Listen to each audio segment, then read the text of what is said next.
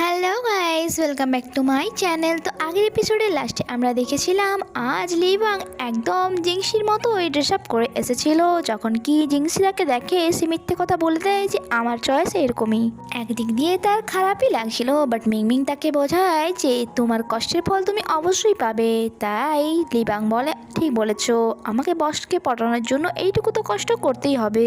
Next সিনে আমরা জিংসিকে দেখি যে ক্লান্ত হয়ে তার ডেস্কের ওপরে ঘুমিয়ে গিয়েছিল, আর যাকে থাং দেখে তার বডিতে কিছু কভার করিয়ে দেয়। আর এইসব সেখানে বসে থাকা লিবাং আর মিংমিংও দেখে নেয়। মিংমিং লিবাংকে বলে যে এবার তুমি বুঝতে পেরে গেছো তো যে তোমায় কি করতে হবে। লিবাং বলে যে একদম।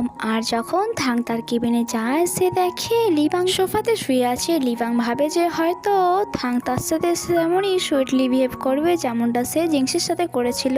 যখন কি থাং তো তাকে দেখে অনেক বেশি রেগে যায় অ্যান্ড বলে যে এটা কোন হোমলেস পার্সন যে আমার কেবিনে শুয়ে আছে। সিকিউরিটি, এই হোমলেস পার্সনটিকে তুলে আমার অফিসের বাইরে ফেলে দিয়ে আসো।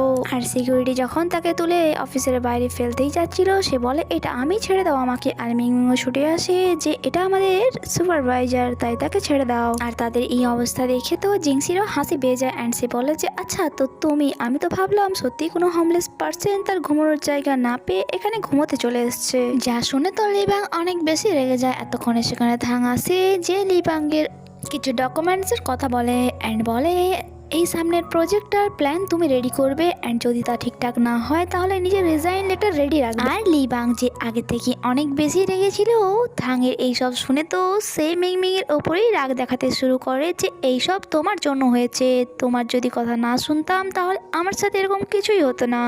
বাট মিংমিং বলে এটাতে আমার কি দোষ, আমার আইডিয়া একদম ঠিক ছিল, বাট মনে হচ্ছে সোজা আঙুলে ঘি উঠবে না, তাই আমাদেরকে আঙুলটিকে তাই আমাদের আঙুল বেঁকাতে হবে।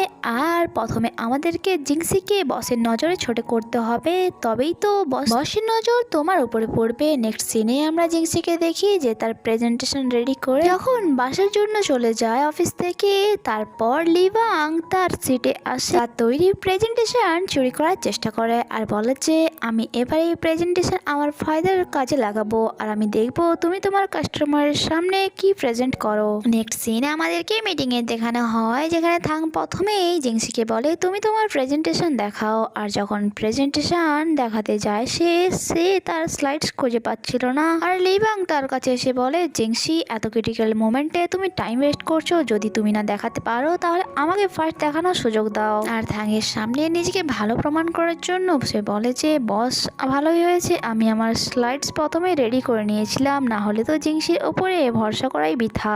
আর জিংসিও খুব সহজেই তাকে জায়গা দিয়ে দেয় যে ঠিক আছে তুমি তোমার প্রেজেন্টেশন প্রথমে দেখাও। আর যখনই লিবাং তার স্লাইড ওপেন করতে যায় প্রেজেন্টেশনের বদলে তো অন্য কিছুই সামনে চলে আসে। আর যা দেখে লিবাং তাড়াতাড়ি করে নিজের ল্যাপটপ বন্ধ করে নেয়। থাং বলে কি হলো, লিবাং বলে যে মনে হচ্ছে আমার ল্যাপটপের চার্জ শেষ হয়ে গিয়েছে। তখনই জিংসি বলে যে আমার কাছে চার্জার আছে। আর তার এই কথা শুনে তো লিবাবে তার উপর অনেক বেশি রাগ হচ্ছিল। থাং বলে যে এখানে দাঁড়িয়ে দাঁড়িয়ে টাইম ওয়েস্ট না করে নিজের প্রেজেন্টেশন দেখাও, আর যদি তা দেখাতে না পারো তাহলে আমরা জিংসির আইডিয়াটি চুজ করে নেব।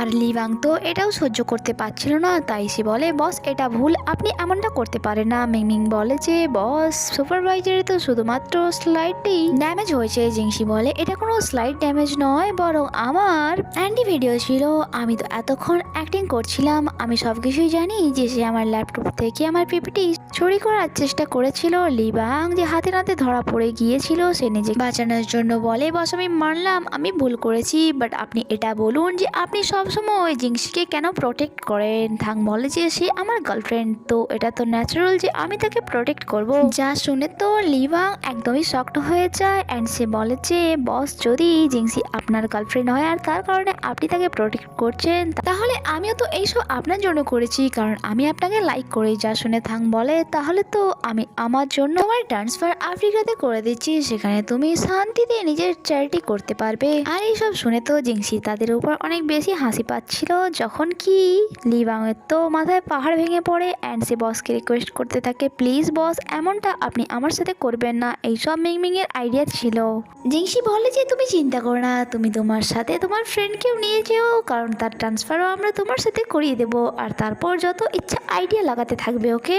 আর যা শুনে মিংমিং তো বলে যে নিজে তো মরবে আর আমাকে নিয়ে মরবে। নেক্সট সিনে আমরা জিংসিকে সিকিউরিটি গার্ডের গেটআপে দেখি। এই ড্রেস আপে সে তার এক নিউ অফিসে এসেছিল। গার্ডও তাকে জিজ্ঞাসা করে, মিস জিংসি আজ আপনি গার্ডসের গেটআপে কেন অফিসে এলেন? জিংসি বলে যে অ্যাকচুয়ালি আজ আমি আমাদের এই অফিসে আন্ডার কভারেজ এক্সপেকশন করতে চলেছি আর তার কারণেই এই অপশনটাই আমার বেস্ট মনে হলো। এরপর আমরা জিংসিকে দেখি যে তার সিকিউরিটি গার্ডের ডিউটি খুব ভালোভাবে করছিল।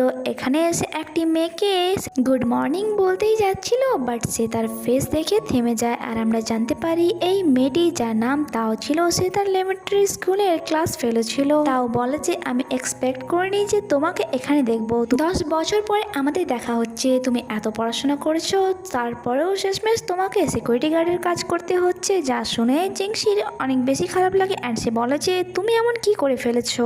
তোমার কথা শুনে মনে হচ্ছে যেন তুমি এখন হাওয়ায় ওড়া শিখছো। যখন কি তাও তাকে মেসেজ দেখিয়ে বলে যে এই উইকেই আমাদের ক্লাসে ইউনিয়ন আছে, তাও আবার আমার বাসাতে। জিংসি ফটো দেখে জানতে পারে যে সেটা তো তারই বাসা। যখন কি তাও অনেক অ্যাটিটিউডে বলে যে তুমি আবার আমার বাসা দেখে জ্যালাস ফিল করো না, তুমি যদি চাও তাহলে আমাদের সাথে তুমিও ক্লাস সি ইউনিয়নে আসতে পারো। জিংসি তো তাকে তার অকাত বুঝিয়ে দিতে চাইছিল, তাই সে বলে হোয়াই নট, অবশ্যই আমি আসবো।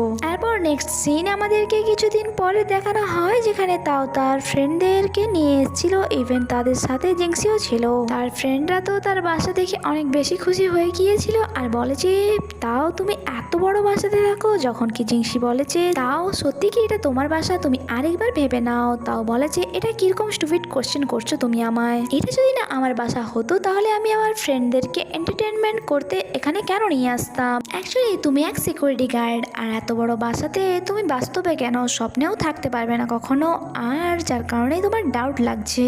যদি তোমার ইচ্ছা না হয় ভেতরে যাওয়ার তাহলে তুমি এখান থেকে যেতে পারো। জিংসি বলে এমনটা নয়, আমিও তোমার বাসা ভেতর থেকে দেখতে চাই। আর যখন তাও ডোর ওপেন করতে যায় জিংসি বলে যে তাও এর কাছে আমার বাসার চাবি কি করে এলো। আর এখানে এই এপিসোডই শেষ হয়। আগে কি হয় তা জানতে স্টে কানেক্টেড। Bye bye.